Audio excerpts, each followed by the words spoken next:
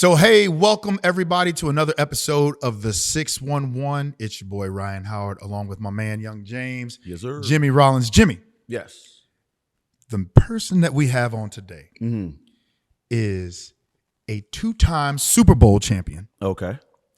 First team All-Pro, 2008. Okay. Was a great year. A fantastic year. Fantastic year. For everybody, for everybody here on this podcast today, 2008 was a great year. Amazing year. Second team All-Pro, 2010. We're going to have to go back and we're going to have to talk to somebody about that. Two-time Pro Bowler, New York Jets, Ring of Honor. Jets. I'm sorry. New York Giants. Hold on. The disrespect. New York Giants. The disrespect. The disrespect. I'm sorry. I'm going to slap myself. I'm The going to take this right here. disrespect. The Jets can only wish. The Jets can only wish. New York Giants, Ring of Honor. My bad. But even more so and importantly, is now the managing director at Goldman Sachs. Ooh. Man, That's doing something. let's give up a 611 welcome to Justin Tuck. Yes. Yes, sir. Yes, Mr. Tuck. sir. Thank you. What's up, sir? Welcome.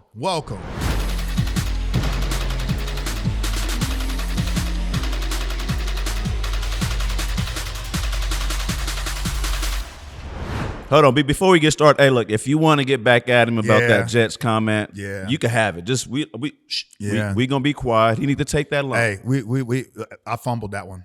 We fumbled. There's a lot of things I can say, but I learned that like my wife's from Philadelphia, so I know he still loves in that time. I don't want to get any more enemies because Philadelphia's not that far away, man. Them guys are not crazy, so I'm somewhat okay with going to Philadelphia, and I want to keep it that way. So I'm gonna let RA slide on that one. I appreciate you. right, there it Appreciate is. you. Well, hey, you know what? Actually, that's a great way to kind of get into this because obviously, having played in New York for the Giants, For the Giants. right? Not the Jets, the Giants. The rivalry with the Eagles, right? Yeah. Us playing for the Phillies and having played against the Mets. How would you say or compare like that rivalry was when you were playing? Yeah, I would say for the most part during my tenure in the NFL, that was the bigger of the rivalries. For me personally, because I have so many ties now to the Philadelphia area, there's more of a respect for the rivalry with Philadelphia. My wife's from Philadelphia. All her family still lives in the area. I still want to be invited for Thanksgiving. Right. Easing up off of that. Yeah, I went to business school in Philadelphia, so I have love for that city differently than I would have love for DC or Dallas, just because I haven't spent as much time in DC and Dallas. So, Philly is and then obviously seeing what they're doing now, they are the model of the NFC East right now, and the NFC for that matter. So, yeah, that rivalry was pretty strong where I was playing. And just to get a little bit deeper into it, it is a respect thing. Two teams that are really good at the same time, fighting for literally the same honor. There can only be one champion at the end of the year. Right. And you look at the other side and you go position by position and you see the talent. And you look at your side and you go position by position and you see the talent. Outside of respect, you said, Dallas, you hate it. I'm a Niner fan growing up through and through, so I feel the same way. We share that. I cannot stand them Cowboys, my bad. You said it right.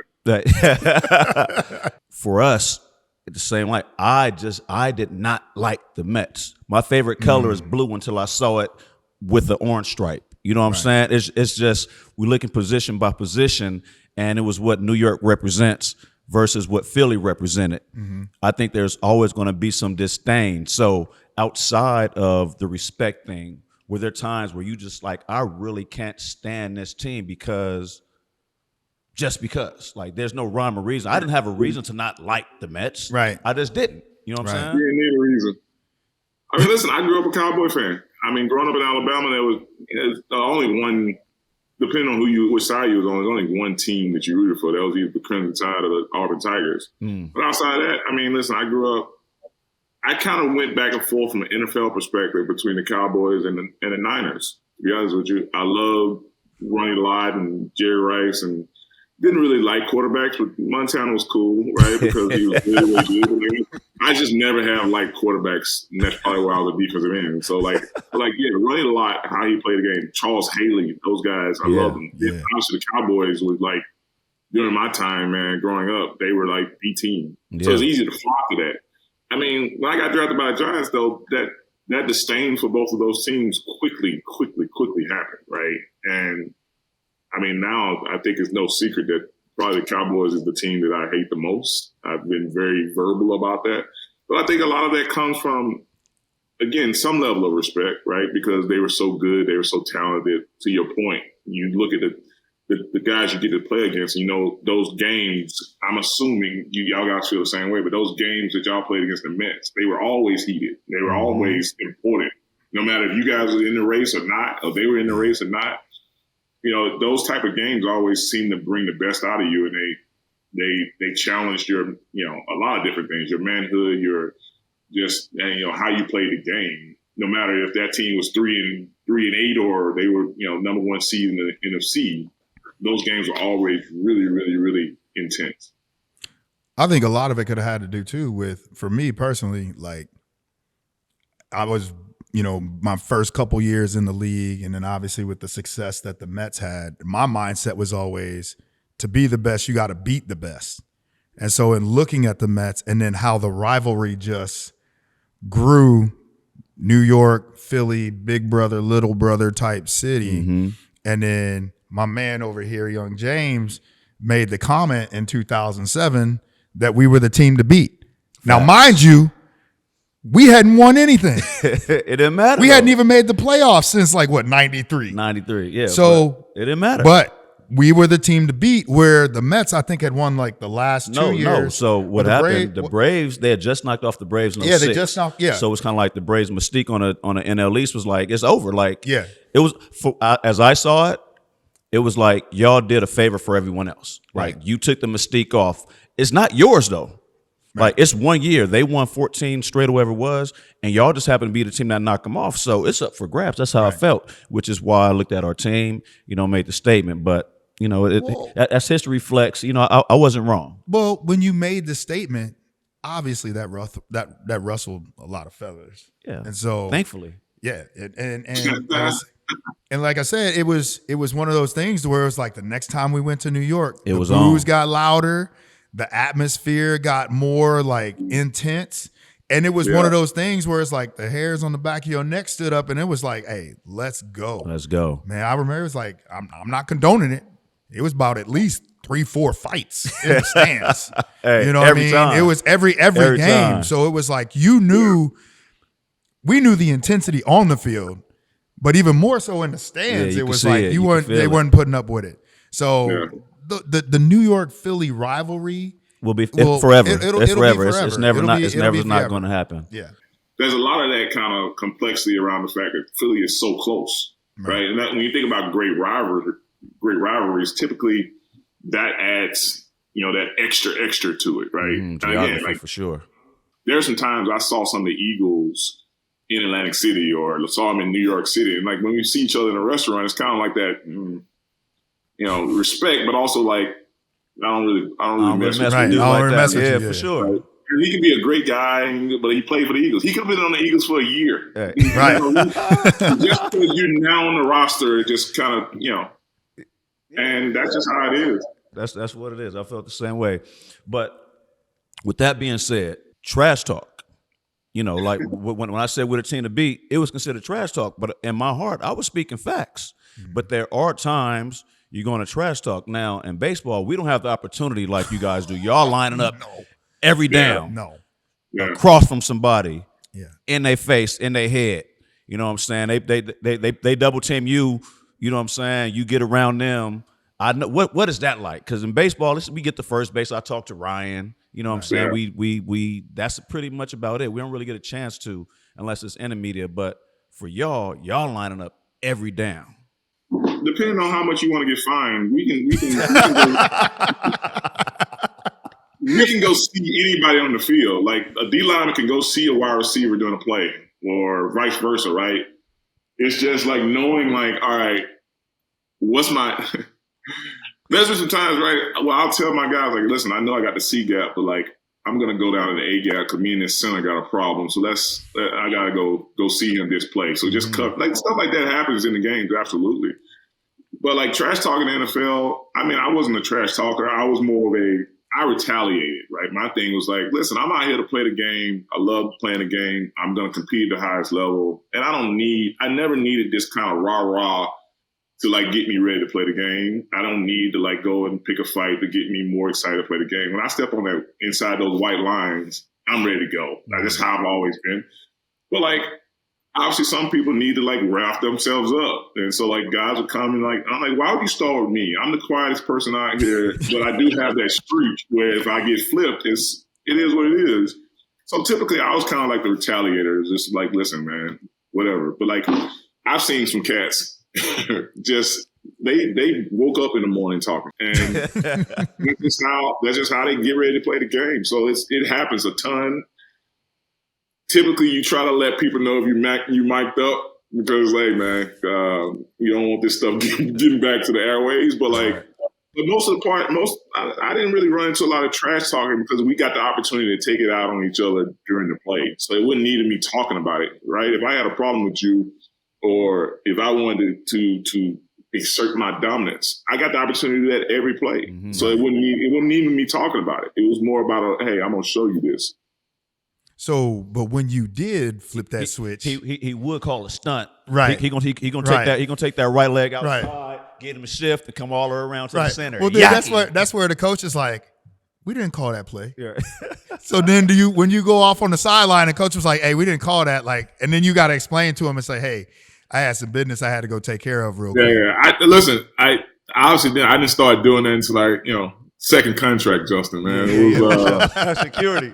You become captain, you win a couple Super Bowls, you start doing stuff like that. But honestly, it was more about the team, right? It was more about like we had guys. I hate this term dog, but we had so many dogs on those teams where it'd be like Antonio Pierce being my captain and my middle linebacker. Bruh, we had hand signals, and he would know, like, all right, cool. And, like, he would make sure the linebacker slipped a different way or made sure we rotated our safety a different way just by, like, knowing that, like, either me, OC, or Strahan, or all of us was going to do something up front. Because that's how we won. And, again, I'm not saying one position is more valuable than the next, but, like, we won those championships because we dominated up front. And I think our linebackers and our safeties understood that. So they gave us a lot of coverage from our being creative up front to put a lot of pressure on quarterbacks and offensive linemen. So, like, when we did it, if you did it and you won, you got to do it again. And, like, we won most of them, right? So we got a lot of clearance from our defensive coordinators because, hey, when we typically did something, yes, it was to feel a vendetta, but it was also going to be like, hey, I'm going to go make a play too, right? I'm not going to just go down there and sacrifice the scheme of the defense just for me to, go, prove a point. So all of that, I mean, that's why I think the best trash talkers were the people who could back it up in a way that still benefited the team. Was there any quarterbacks that when you did flip that trash talk switch on that you spoke the most trash talk to? Listen, the only quarterback that ever literally talked to me in a trash talking way was Phillip Rivers. It's funny, we grew up playing against each other in Alabama. I don't know if y'all know Phillip. Phillip is an awesome dude, Christian dude, but like on the field, he just constantly. So that's the only quarterback that literally I probably wanted to rip his head off. Even though he's a nice guy, we went in the Alabama Hall of Fame together. He's from Alabama. We played against each other in high school, college, and in the pros. He just talks so much.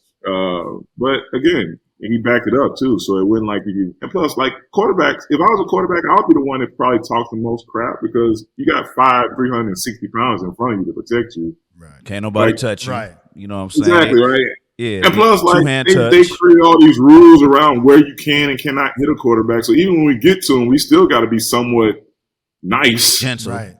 Unless you want to get deemed, $100K or something like that, right? So, like, if I was a quarterback, I'll talk trash too, all day, every day. What's the funniest thing a quarterback said to you, like, after you hit him? I mean, the funniest thing is just noises, like sounds they make. And mean, listen, that ain't me saying like, oh, I'm big and macho, but like, think about it. I'm 6'5". I played at 275 pounds. I ran, sub 4.5, so I ran like 4.5-ish. So you think about that type of force coming off an edge, and typically the quarterback doesn't actually know he's about to get hit. I would make a noise too, but like I just remember like I ain't gonna say his name because I like the guy, but like I just remember sacking the quarterback, and it's okay that you like him. It's okay that you like him. We got to know. It's not even for us, Tuck. It's for the listeners. They want to know. I'll narrow it down. It's a Dallas quarterback, and just heard him like kind of just give like a weird noise. And after the game, he came up to me and I think you broke my ribs. And it turns out I think I did. Well, we did. You were happy about that though. Don't lie. You can say it now. You were like, yeah. That's the fun. I mean, I've narrowed it down. I'm guessing people can Google and figure out who I'm talking about. But anyway, he's a really good golfer. Got it. And after the game, I just found that funny because I was like, man, y'all guys get paid a lot of money to do what you do, but like, there's no way I want to play quarterback because I know what people like me think, and I'm trying to do every play. And nah, I don't want to be back there. I give a lot of credit to those guys to stand back there because we got some crazy people on that D line that's trying to, and like that is like the golden grail. A sack for us is like you guys hitting like a grand slam in the bottom, right? In the moment. That's the moment, right? And like it could be a sack where you listen. Sack. I've seen guys get up and celebrate like they just won a lotto and their team is down by 4 touchdowns and they got a sack in a meaningless game, and it's still like that is still like stupid for them, right? So like that's how we feel every time we sack a quarterback. So just imagine how much emphasis we're putting on that play to get back there. So I would not want to play quarterback at all. Yeah, see, and this is why I played football, but it stopped at Pop Warner because when that weight limit got outside of the norms, I wasn't getting hit by dudes like Tuck. No. Dudes like you, I wouldn't. First of all, you wouldn't gonna catch me because I'm going out of bounds. I'm not going to even. I'm not even. Hey, ain't no north or south. It's east and west. If I could get a little north and I'm hitting that sideline, I'm out the way. Yeah. But yeah, that's why because I was a quarterback because I could throw the ball. But I could barely see over the line too. You know what I'm saying? So it's like I could barely see over the line, and you trying to chase me down? Nah, that's not gonna happen. That ain't gonna happen. I mean, like I don't know if y'all been paying attention to it, but these guys are just getting bigger, faster, stronger, man. I looked at some new D lineman, and like this guy is like 6'8". He's like Julius Peppers type, like 6'8", like 295, and can run like a 4.5. I'm like, bro. Wow. Just a freak. And like you guys know it because you play games, right? Like, I don't think what the casual fan will understand is like, okay, that 4.5 in the heat of a game turns into a 4.4, right? Because he's chasing somebody, right? That speed just kicks up even more, right? So like, I mean, man, it's impressive to see where these athletes have gone. And I'm not that old, right? I ain't been out of the league that long, but these guys are just bigger, faster, stronger. It seems like every vintage of them is getting better and better. And obviously, I'm talking about football, but I'm sure you guys are seeing it in the baseball side of things as well, basketball, et cetera, right? So it's pretty impressive what these guys can do now. Is there anybody, when you look at baseball, and you're talking about, the guys that we call, freaks. Is there anybody? Well, two-part question. One, who are some of those in your tenure guys that were playing that you sat there, whether a teammate, somebody that you played against, and you had to watch them because what they did was so impressive? You said Julius Peppers, he's one. Are there others? And two, is there anybody when you look at baseball, because we know you pay attention to sports, you never too far away from anything. Is there anybody in baseball that you see could possibly have a chance in football? Well, on the football side, obviously, I'm a huge fan of Pep. Just like he was kind of like that, a little bit older than me, but my vintage of a guy that like, man, you just look at him like, yo, you were built. I know he played basketball, and that's just because he was a phenomenal athlete, but like he was built to play football. Mm-hmm. And not only play football, he was built to play D-line. Like if you look at that dude, it's stupid.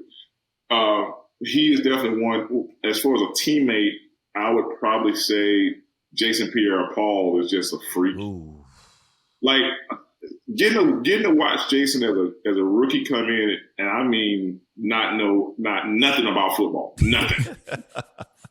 And like people like don't believe me when I say that. We'll be in the meeting like, hey, who is Joe Montana? And he'd be like, who is Barry Sanders? No clue. Cricket. 0. And we thought he was joking. But like to his credit, this guy grew up in Haiti, went to Florida. I think he had played like equivalent of like 18 total football games by the time we drafted him. Because he played like half a season in high school, went to JUCO, played like 6 games, went to South Florida, played like 1 season, but he didn't finish the season. Like, it's weird. And we drafted him first, our first pick. He comes, and I was wondering, like, man, why do we draft? I see it, long arms, tall, freakish, whatever, but like, why do we draft? Like, and then one day after a 2-day practice, like one of our hardest sessions of the year so far, with full pass both practices, I was just dead tired. We used to training camp up in Albany on this field that you got to walk up the hill. He walks up the hill carrying our pads because he's a rookie, dead tired. And then we said to him, we saw the video of him doing those backflips. I don't know if y'all seen it. If you haven't, go look up Jason Pierre-Paul backflips. This kid drops the pads and does 13 full backflips, fully padded, helmet on. Yeah, that's crazy. Full. And he's 290 pounds, bro. Wow. And I was just like, okay, I see why we drafted him. Yeah. Because I got to see him so up close and personal every day, just how freakish he was. That guy, he sits up very high in my list of like one of the most freakish people I've ever been around, given his size. 6'5", 285, 290 pounds. Just, freak. Mm-hmm. And on the baseball side, I got to go with Judge, right? I think. Yeah, that's about, what position you putting him in? I'm sure it's more, but he's so like different than the typical baseball player. Just looking at him, right? I would definitely put him my number 1 draft pick of a guy who probably could play football. He looks like a type, like a one of these new model wide receiving tight ends. Yeah. Okay. I had him like non-blocking tight end. Like they put him out on routes. He could run. He big. Who'd you say? I said Tony Gonzalez, Gronk or something like that. Yeah. They can run routes. I'm trying to take out the physicality of the game. Yeah, exactly. I think Judge can be physical. That ain't what I'm saying. I'm just saying, like, in that position, he gets to utilize his size, his speed, and I'm assuming he can catch, right? They'll find, those guys are pretty. They're a high commodity right now. I feel like Cruz from the Reds could be like Ellie. This athlete, I don't know what position he would play, like wide receiver, safety, whatever. But that dude, his speed, his length, like he looks like he's not afraid of contact. Again, it's hard to say that in baseball, but like he just looks like he's not afraid of contact. That guy, I think that would be my sleeper. Oh yeah. That's a good call. I didn't see that. Yeah, you. I didn't see that, but that speed, yeah. Yeah, you can put him like slot. Yeah, anything in a skill position, you feel like you could be a wide receiver, a corner, or safety, and just be able to just go play ball, right? Mm-hmm. Tuck, did you ever get over any of the Yankees games or Mets games and be able to take batting practice? No, I never did batting practice. Can you hit? Can I hit? Yeah. I used to. I haven't. I played baseball. I've had some shoulder surgeries that doesn't allow me to, rotate like I want to. But yeah, I can hit. What would be the equivalent for us, like as baseball players, to go over, like how they would come over and take batting practice? What would that be the equivalent of us on the football field? Maybe trying to run a route. Is that running a route against a DB or? No, you can't. No, we ain't. You gotta. We're not even getting off the. If a DB on us, we're not getting off the line. We not getting off the line. That's what I'm saying. We're getting jammed up. Yeah. Yeah. It just like BP. We just got to run the route. I'll be honest with you. I think Ryan is thinking like, nah, I'm big. Nah. I could just lock him up immediately. No. It's different. Listen. I used to do stuff like that in practice and just like mess around. and then like it would get serious because they like punch me a little too hard, and they would get serious. And like, yeah, I could like bully them off the ball, but I would have to get called for offensive pass interference to do it. But like those guys' hands and feet are just crazy. Automatic. And that's just, I mean, again, that lets you know how good these wide receivers are too, right? Because just the amateur coming in there and trying to get off the line of scrimmage for a DB 5'11", maybe 200 pounds, maybe. Nah. And that's the same way y'all would say, like, nah, if you show me, 3 curveballs back to back, the fourth one I can hit, I'm gonna be the first one to tell you that guy too. Nah. Nah. Yeah. Nah. Exactly. That's different. Like I've sat behind home plate enough at games and like look at that rotation of that ball, and like what people, again, casual fans don't understand is that okay, the pitch before that was a 95 mile per hour, some type of split seam that looked exactly like that that cutter or that curveball out of the hand, but it's 15 miles per hour slower or faster and completely breaks in the opposite direction. Yeah. Like, man, nah. Yeah, that's one thing y'all are not gonna have me doing. Up there looking like I'm an idiot. But you got somebody. You got somebody that played for your favorite team that said he could do it. Who that? Micah. Straight? Oh yeah, Micah Parsons. Micah Parsons.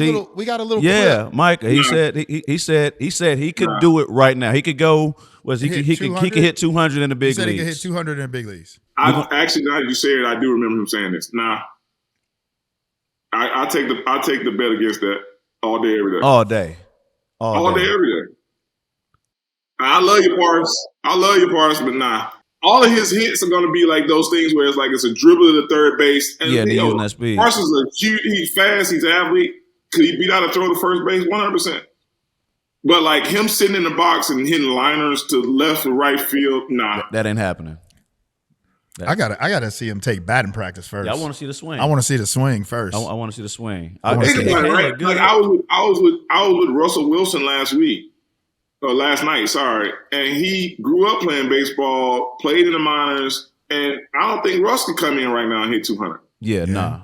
I mean, actually, you could go Kyler too, because Kyler got drafted as a first round pick. Kyler may not be able to step in 200 there right now. I mean, listen, man, you got guys who do this every day, and they're basically they're hovering around 230, 250, and that's their only thing they do every day. Like, nah. I've had conversations with people like Ken Griffey about like knowing like all these little signs about what this guy was going to do because of what he did with his glove, or what he did with his foot, and what he did with his hand, all that stuff, right? And even then, it's still like we still got to make contact with that ball. It's like I don't think people understand the margin. Like that baseball bat is not that wide, and that baseball is not that wide, so you can be around the pitch and still miss it. Yeah. Or still just dribble it off to, back to the catcher, second, whatever it is, right? You still got to execute and hit the sweet spot on that ball. Like you said, our job is to beat, as hitters, we just need to beat the pitcher. Right. Because he has goons behind him. He has a catcher. He has first, second, third, short, left, right, center that can make the play.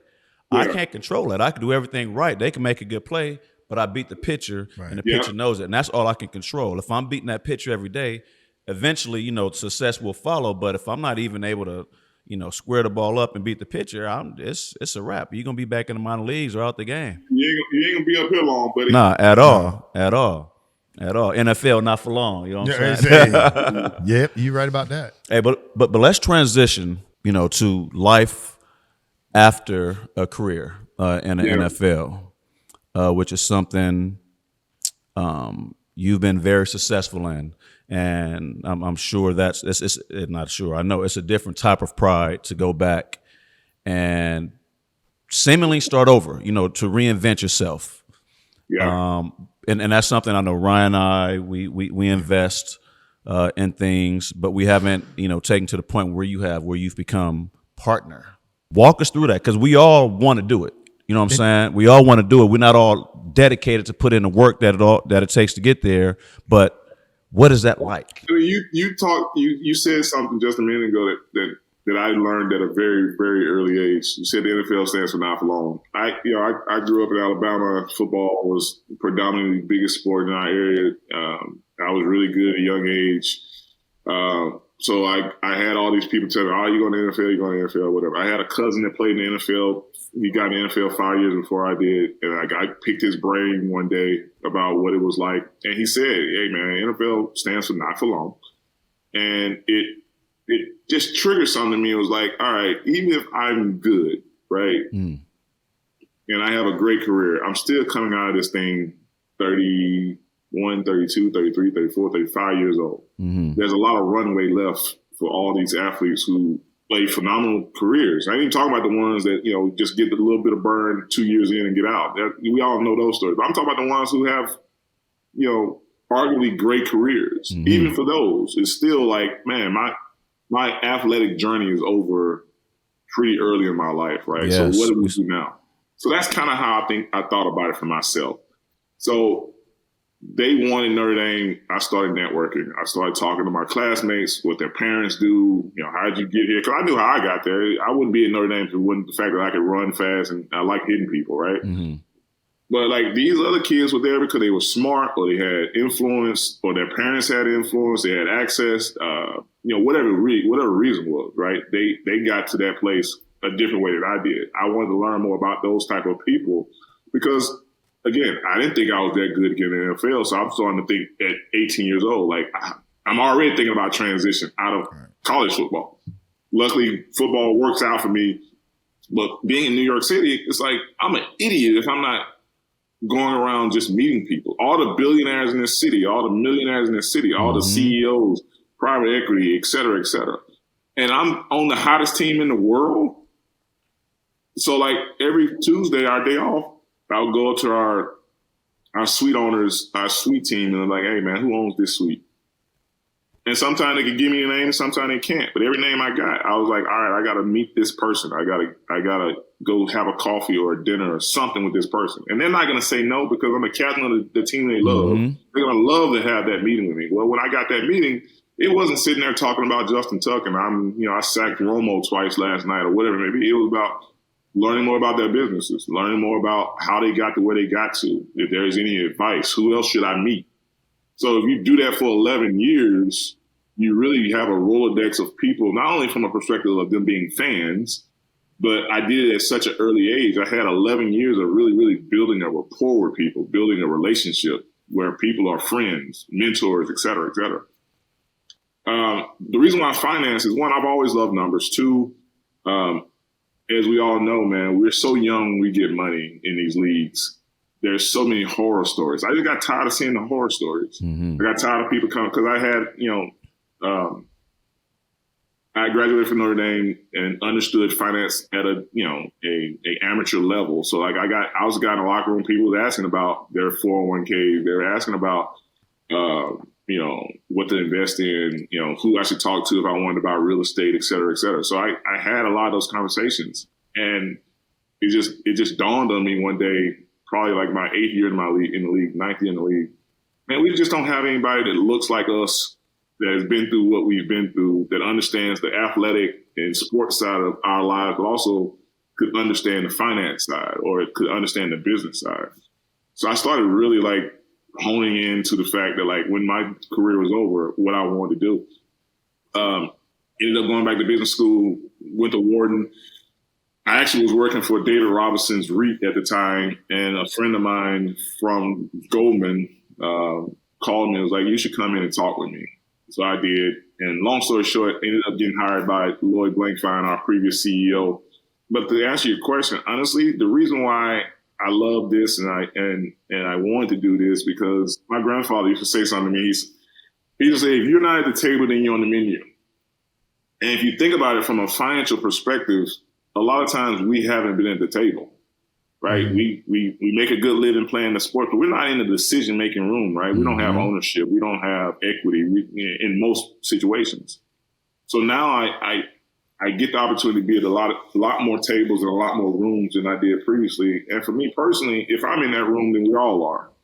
because I just live by the creed of like I'm never gonna like. Somebody said something to me last night. I'm on the board of a really big charity in New York City, and one of our grantees was like, "You're not successful. You can't bring success home." And that just hit me because all of my success or all of my, access or, research or relationships, why do you have all that if you can't share with someone else who doesn't? Right? It's the same thing in the locker room when y'all guys draft a young rookie. It's like, I guarantee you, if they struggle with hitting the curveball, you two are going to be one of the first two that goes like, hey, man, this is what helped me do it. Right? For sure. But why do you have that expertise if you're not trying to make everyone else around you better? So for me, it's more about, all right, I'm sitting in a pretty good spot with a huge conglomerate of a bank in Goldman Sachs. How do I bring the resources of Goldman Sachs to more people? And obviously somebody out there listening to this be like, yeah, because you want them as a client. No, it's not about it. Now we get the opportunity to work together, sure. But like, even if, for me personally, even if that person is a client of my competitor, if I can help that person, that's kind of how I've been raised to do it. And for me, I'm at an age now where like I get more value and get more, delight out of what I'm able to give more than what I'm able to receive. Mm-hmm. And I know that sounds cliche, but like, trust me, try it. Right.